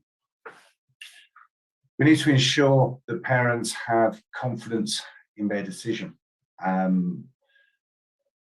Making a good choice or a bad choice, as a parent, you always worry about doing the best thing for your child. Having that confidence that it is the right decision in whatever form it takes is going to be key. And skills to be able to understand and support. It's, for me, during COVID and looking at homeschooling, we're at a point where parents should be and should be allowed to be parents rather than teachers, being able to support their child from there. But they should also have the ability to see impact and the progress that's related to that decision of the education that was put in place, and also ultimately have an end goal, which goes back to a child having aspirations and knowing where they want to head, whether that be higher education, employment, whatever it might be. Next slide, please. So how does this relate to online and remote learning? So parents have a choice in which school their child will attend. We work with many schools and many parents, and what we look for is a complementary approach to learning. So we work with schools where we support them in transitioning students and children back into school, but also we can take the education into the home as well. There's options as to where a child can access education. There's options relating to curriculum. We understand that not all children will be able to undertake 6, 7, 8, 9 subjects. So let's find a curriculum and an education offer that is appropriate to the needs of that child, whether it be starting with 1 or 2 subjects and then building up from there.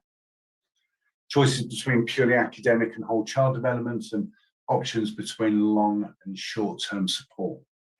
It's all very much about what the child needs rather than what the expectation might be in terms of what is the norm.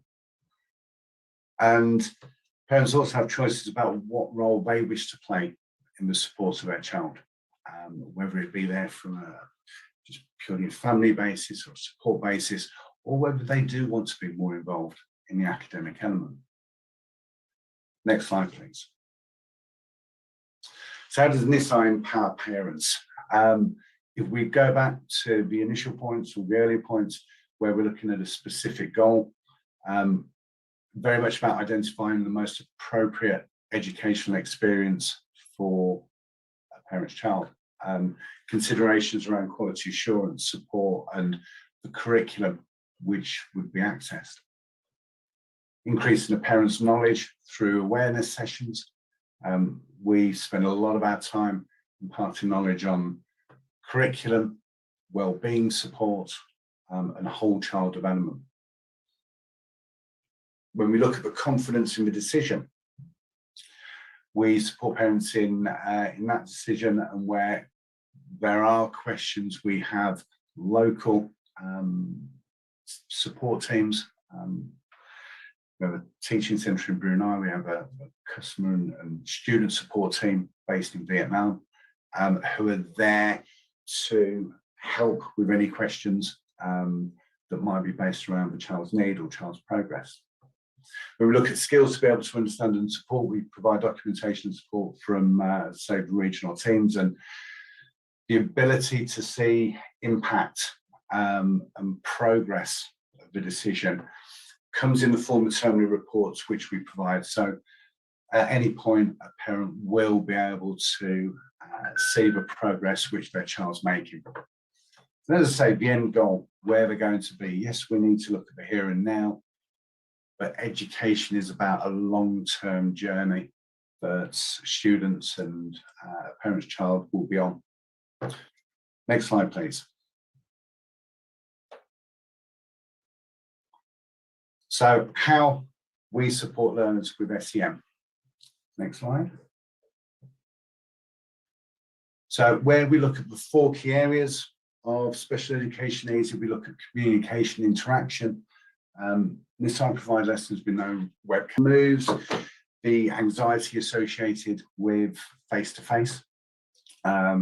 We have various communication channels that students can use. So where we're looking to increase confidence and self-esteem, students will quite often start with us where they're in a class with other students, but they'll use a private chat or maybe use symbols to interact and engage within the lesson, but then they progress onto public chats and microphone. We have measurable progress through those channels, and this then focuses on the development of soft skills, and anonymity within the class removes the anxiety of engaging with peers.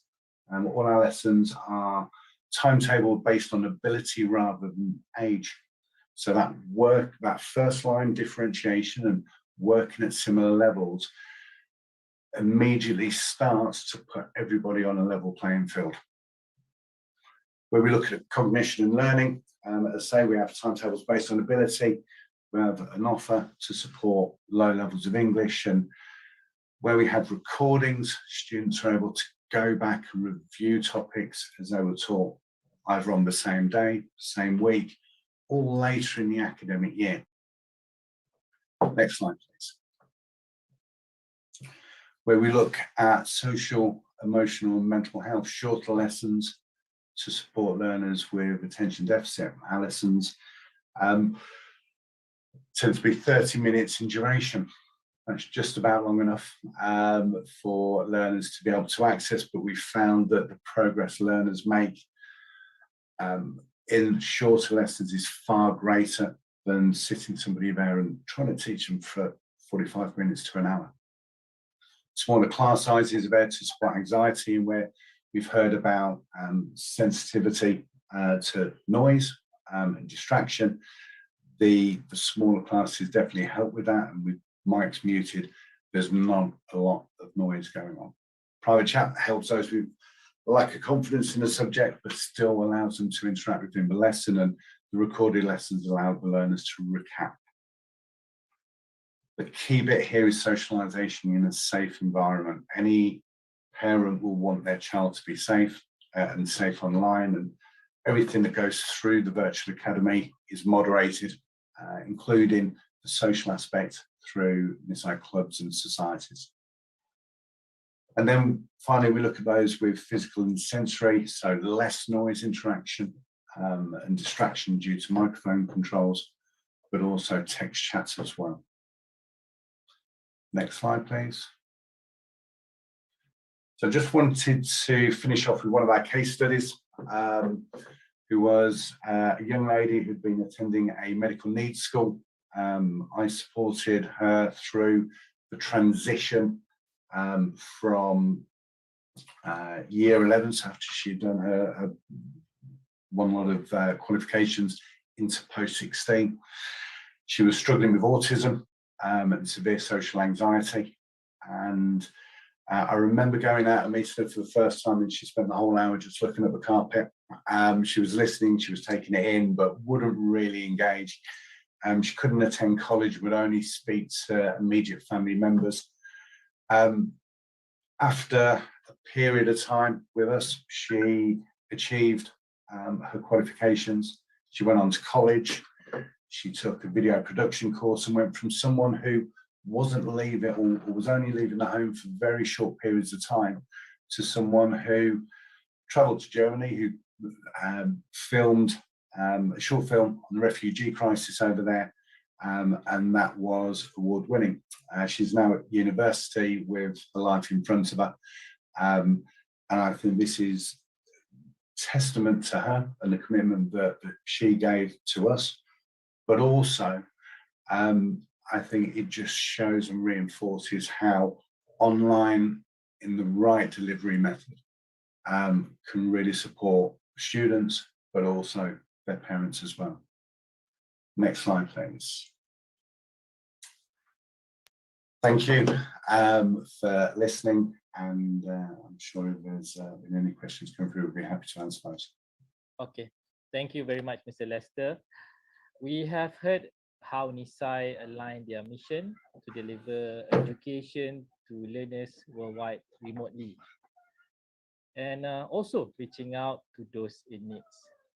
Before we move on to the question and answer session, we have a special slot from Nisai with the title Parental Choice, Inclusive Education in Your Home. Stay tuned. We will hear from Nisai how education services are provided via online or remote learning to learners with disabilities worldwide. Now, may I please welcome again Mr. Lester to facilitate this session. Thank you very much. Right, is it possible for me to share my screen for one moment? Yes, sir, please. Yeah, wonderful.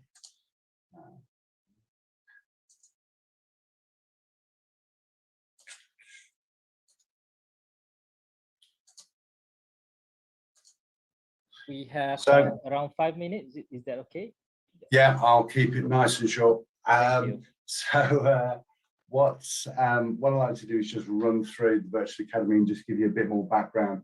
What we have got, if there are any questions, we do have the organisation I mentioned earlier, Gemma Learning, who are based in Jakarta, support learners with hearing impairment and additional needs, and they've been doing that since 2013, so we have representation from there.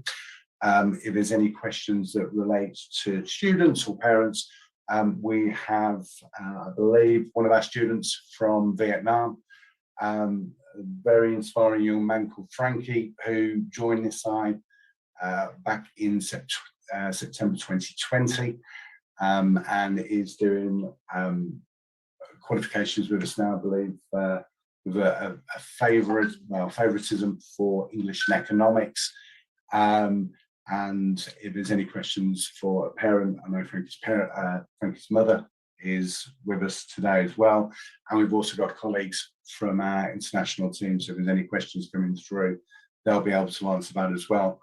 I've covered a number of aspects about Nisai and empowering impairments. What we have here is the Nisai Virtual Academy, and when I was talking about the holistic approach, I think it's really important to understand what a student gets from Nisai, how they access lessons, but also how we engage them in education.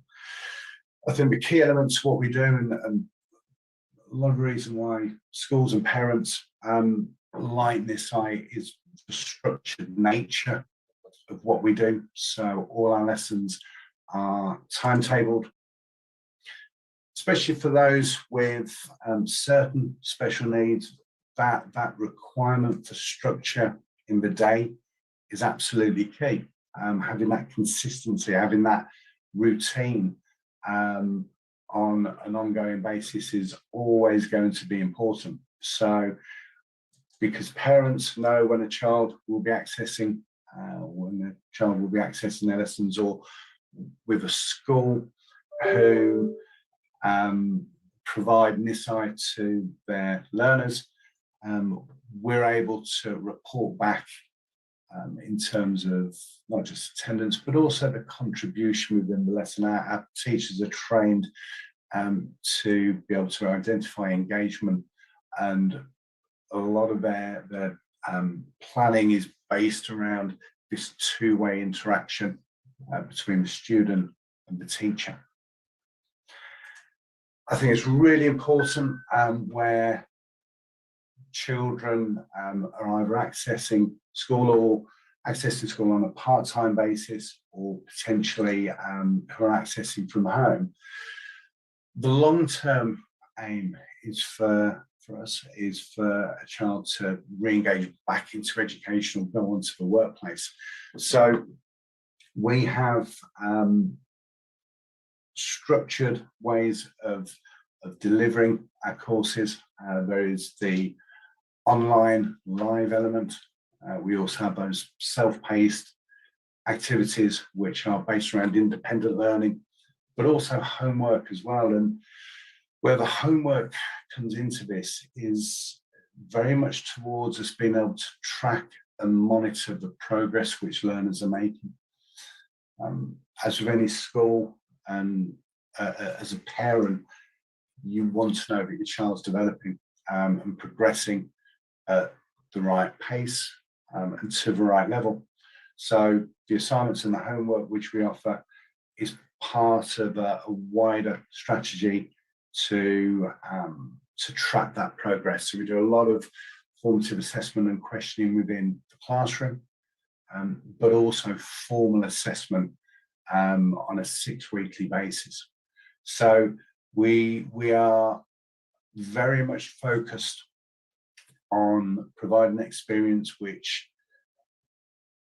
mirrors to a certain extent what a school does, and provides that level of structure, but just providing it in possibly a different way, or maybe a more gentle way, or with classes of smaller smaller numbers, a more appropriate way. But at the end of the day, the focus is always going to be on impact. It's always going to be on outcomes.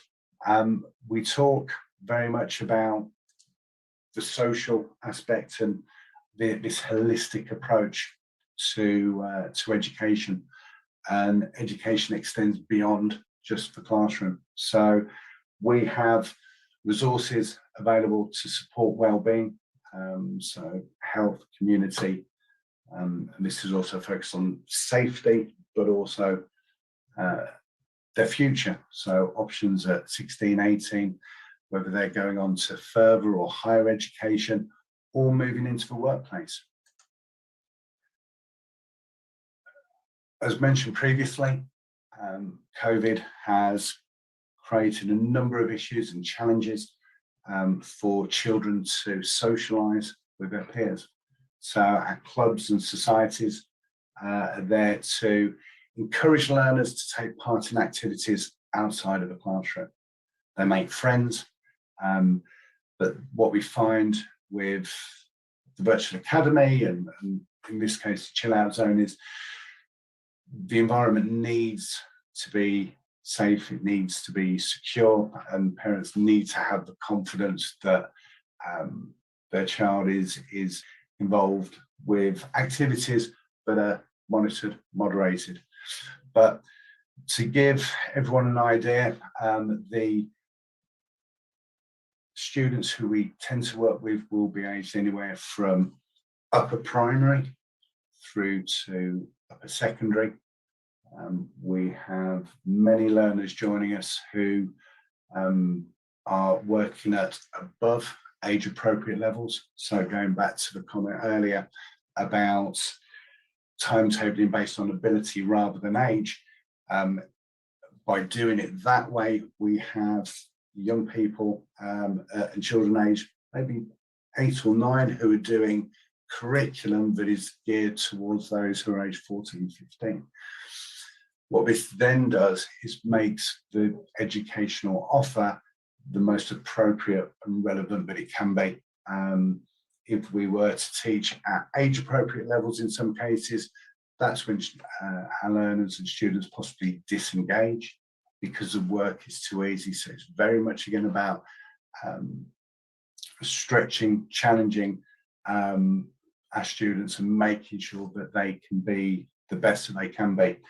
But as well as the standard and core subjects are lower years, we are also a Cambridge International approved online school. We're one of a very, very small number. And what that allows us to do is provide an international curriculum based on UK teaching standards to provide the best delivery method and curriculum that we can based on quality teaching, quality content, but all the time working towards progressing the student, engaging the student, and developing core skills, not just in knowledge, but also in competency, supporting in the development of communication skills, critical thinking skills, creativity, and collaborating with each other. And these are 4 key areas which we encourage with our learners, because knowledge will go so far, but having the skills to be able to put that into practice will help learners develop, progress, and follow their aspirations. I think just as a final point, and I know we're quite tight on time. Okay. I think for me, it's really important that we're involved with the SEN agenda across the wider ASEAN region. I think it is quite clear that there needs to be as much knowledge and support out there for parents, but I think also the encouraging thing for me is that we're hearing more and more from schools who are looking to really be proactive at supporting children with SEN And I think we have a very important part, and we all have a very important part to play in that. So thank you very much. Just a short, very quick overview there, but very happy to take any questions. Okay, thank you, Mr. Lester. When we talk about online learning, to really understand how it works, it is always best to see the platform in person. Thank you for sharing with us. I'm sure all of us now understand better how remote learning could also be one of the solutions to the learning of our children with special needs. To recap, we have had a very insightful sharing session by all three speakers. We had the viewpoint of parents. We also have heard the points from the Ministry of Education, and we have also listened to the sharing from our education partners. We will now move on to the question and answer session. So I will read some of the burning questions selected from either the Facebook, YouTube, and our platform. So the first question is addressed to Madam Siti Shahida from Sokim Au from YouTube. The question is, do you also set out any activities in the routine schedule to build social interaction with Ryan's sibling, or just him alone during the activities most of the time at home? Ms. Siti Shahida, can you please answer the question?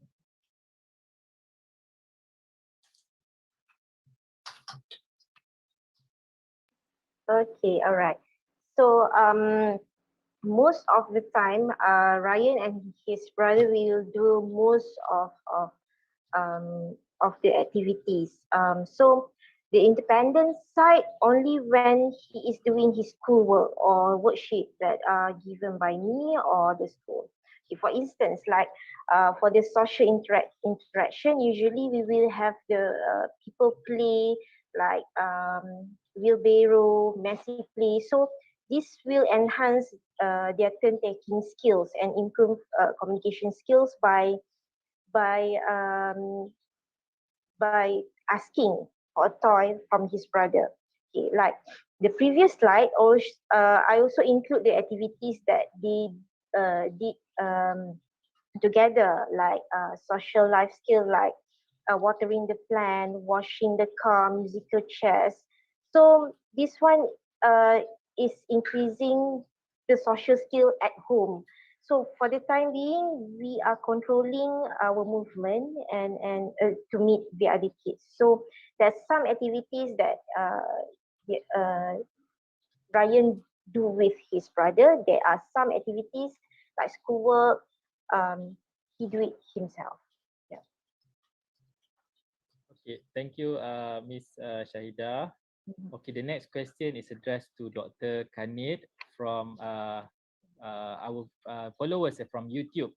Has UDL been introduced to the teacher training and curriculum development of MOE Thailand? So can you share your thoughts on this?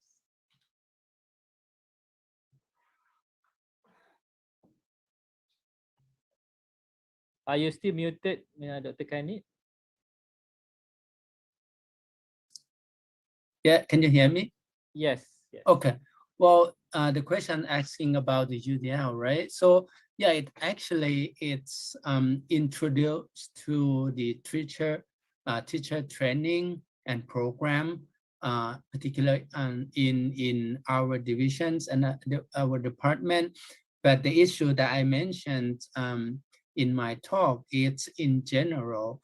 So in the particular platform, so UDL has been implemented and integrated into the content, but in general platform. So I think we are not, fully having the good enough online platform that integrated UDL principles. So I would say, based on my experience, so most of the online platform or website is just partially accessible.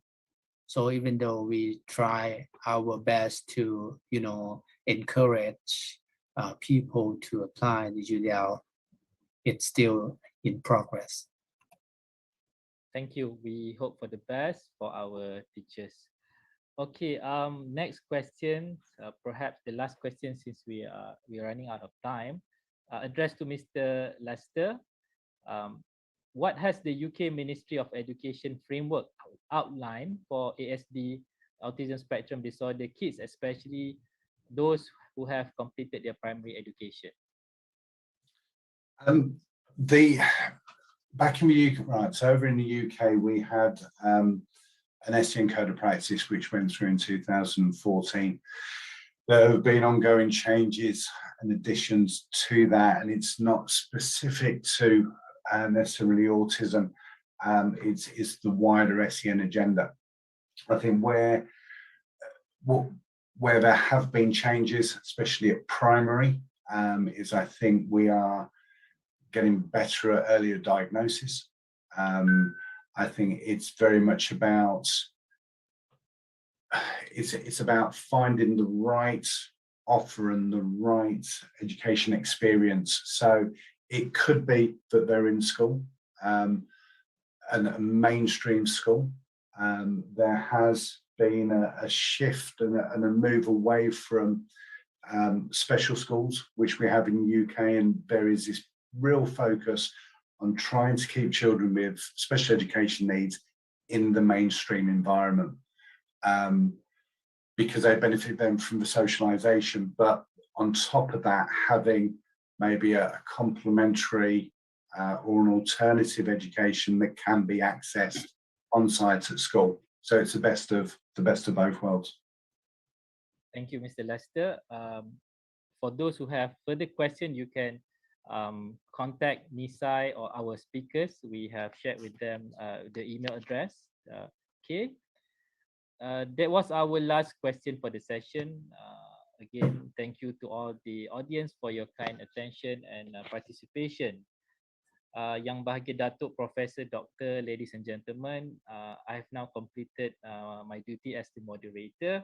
My sincere thanks to all speakers for their fruitful sharing and sincere apologies for any shortcoming.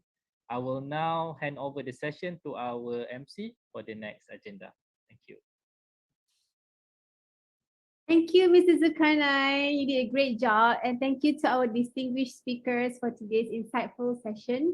And thank you to the active participants on Zoom, YouTube, and Facebook for your words of encouragement, for your amazing support, and for all of the wonderful questions. But sadly, time definitely flies so fast when you're having so much fun. Now it is an honor to invite the Deputy Director of CMUSEN, who have been providing his full support for this webinar. Thank you, Dr. Azlis, for your wonderful contribution of ideas and knowledge and for making this webinar a success. Now, ladies and gentlemen, I am honored to invite Dr. Muhammad Azlis to deliver his closing remarks. Please welcome Dr. Azlis. Doctor, the floor is yours.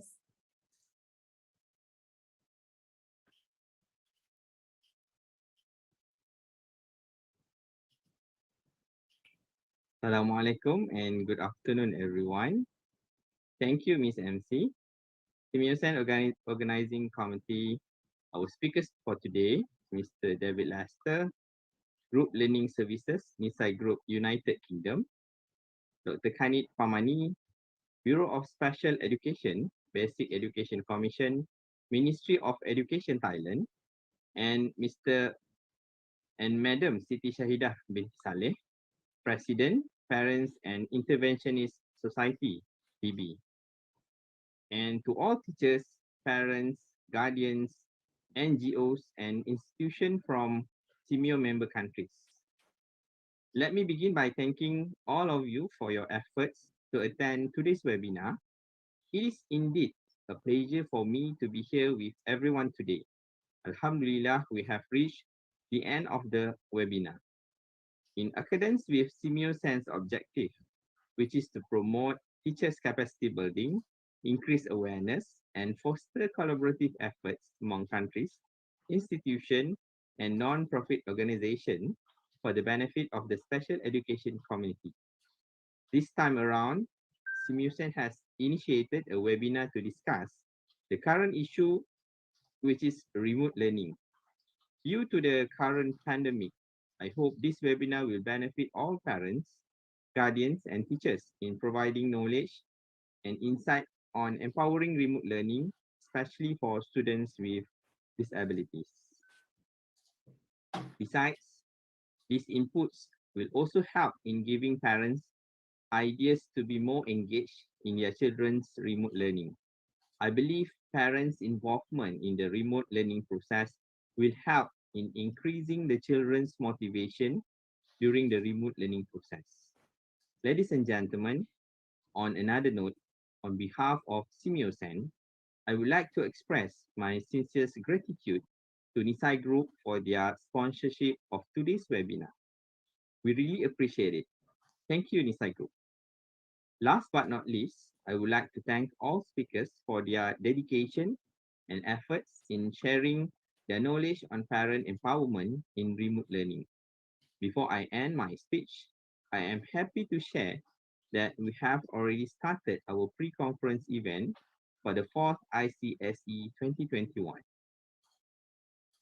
For those who are already registered in our conference, feel free to browse through all contents and materials in the conference platform and get engaged with the presenters, exhibitors, and participants from all over the world.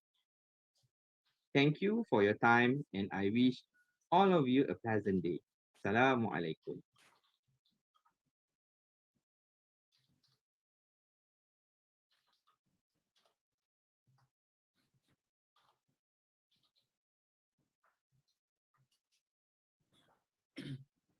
Thank you, Dr. Azlis.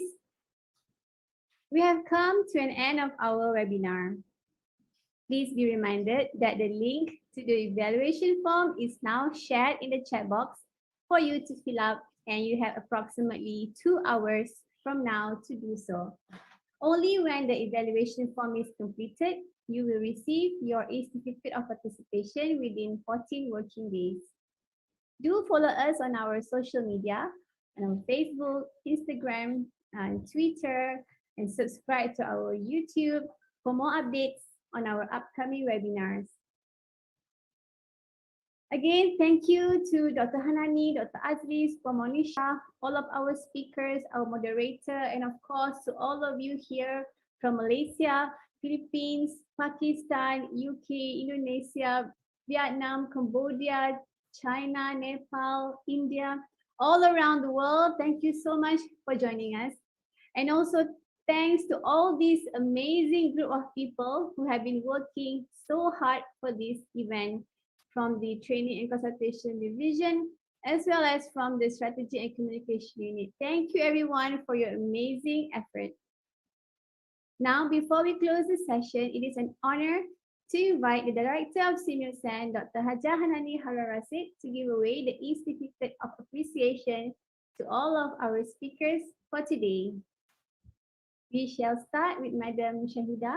Madam, a few words from you, please.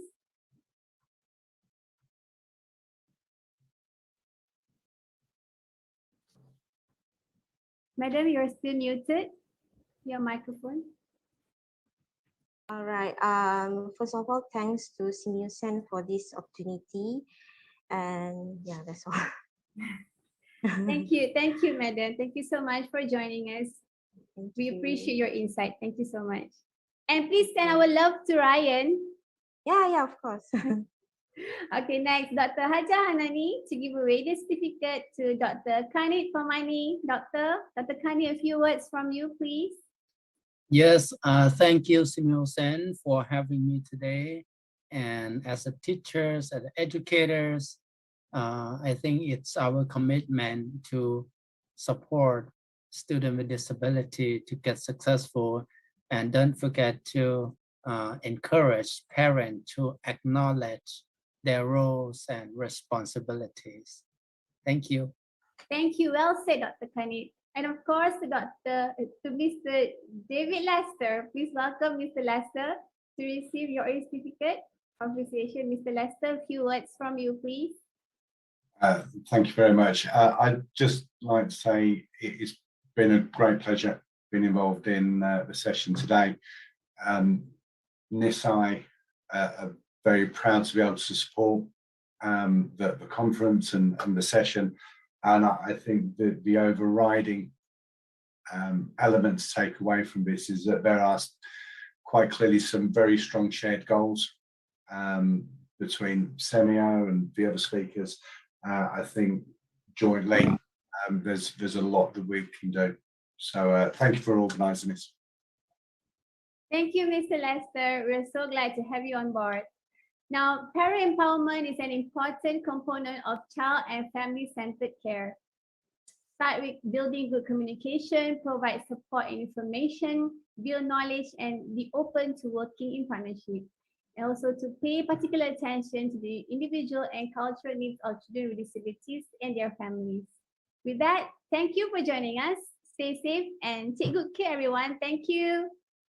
Please be reminded that the evaluation link is currently open and you are given until 2:30 p.m. Malaysia time for you to access the link. I would like to also remind you that only participants who fill up and completed the evaluation form will be granted with the certificate of participation.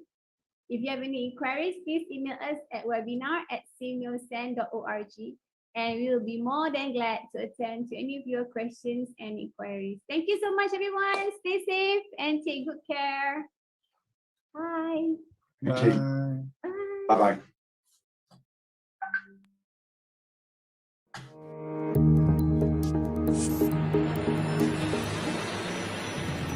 Welcome to the Nisai Global School, a new age school that brings a distinctive British education into the homes of pupils around the world. Nisai Global School combines the best of British tradition with the future of education. Nisai Global School delivers a Cambridge International accredited curriculum from lower secondary to Cambridge International A-levels. We strive to provide every learner with a holistic and personalised learning experience so that they can fulfil their potential.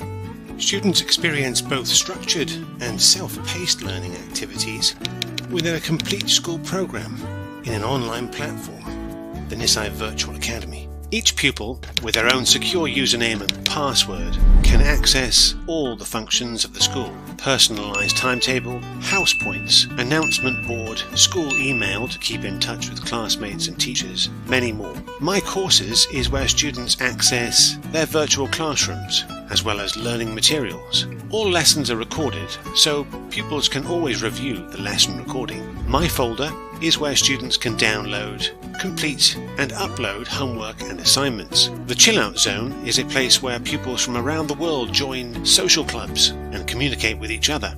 Students can also seek support from the school office on health, safety, community and their future at the Wellbeing Centre. We always promote the progression of each pupil. Dedicated teachers, form tutors and the customer and student support CAST team support students to achieve their ambitions through personalised learning outcomes. Our live online lessons are delivered in a virtual classroom by qualified teachers, a maximum of 15 pupils per class. Classes are grouped by the student's ability and level of comprehension, so teachers can provide more personalised attention, more one-on-one contact with students. Lessons are always engaging and fully interactive. They use a headset to hear the teacher, see a PowerPoint presentation and participate either verbally using a microphone or by typing in the chat box. At the end of every lesson, the teacher sets a homework assignment. All assignments are marked with detailed feedback. Our online school platform provides a comprehensive reporting suite, allowing partners, customers, and parents at any time to check on a student's attendance and participation, homework submissions, grades, and end-of-term reports, alongside automated non-attendance alerts. Partners, customers, and parents can also log in to their own portal to contact staff at any time for specific queries.